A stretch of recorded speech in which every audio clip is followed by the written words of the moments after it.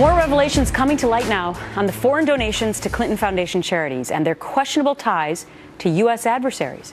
One story in the brand new book called Clinton Cash links a donor to a Russian group that owns 1/5 of the uranium production capacity in the United States. Meantime, Hillary Clinton charities saying they are going to refile their tax returns after a Reuters report finding millions in foreign donations were either misreported or actually omitted. A New York Times reporter also taking the Clintons to task just this morning. What we're seeing consistently from the Clinton world is that there appears to be no criticism of her leadership, of the former president's leadership, that is legitimate. And that is going to be a real problem going forward, because they're basically saying off limits. Anything you want to say, anything you want to report about their background, you're biased, you have an axe to grind, and you're part of the vast right-wing conspiracy. Yeah. Well, let's have some real talk now with Crystal Wright, editor of the conservative Black Chick blog, and Bernard Whitman, former Bill Clinton pollster and CEO of Whitman Insight Strategies.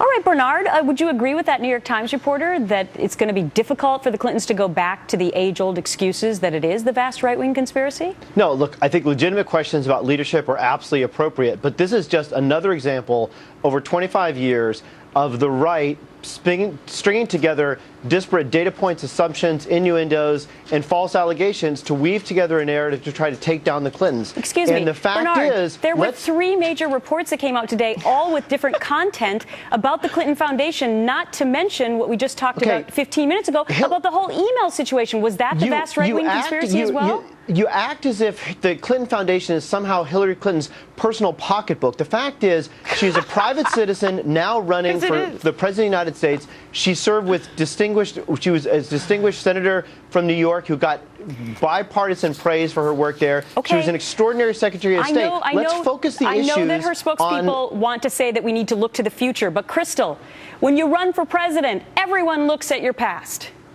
You know, the most honest thing Bernard said this afternoon to you is that the Clintons Foundation is really an extension of their pocketbook. That's really what it is. And Bernard, the New York Times today and the Washington Post aren't part of the right-wing conspiracy. You had 2 damning huge articles that show that the Clintons will refuse to be held accountable to any standards of, quote, everyday Americans that Hillary's asking for votes for, right? And their foundation may as well be called Clinton Inc. Because we know President Clinton, while he was he's still married to Hillary Clinton, he got $26 million in speaking fees from organizations and foreign governments that also, simultaneously donated to the foundation. So she has a huge problem. Those are the allegations. Those are the allegations. Yeah, well, it's the allegations, Megan. But as you point out, I mean, the more you read, I'm sorry, Gretchen. It's okay. Pardon me, Gretchen.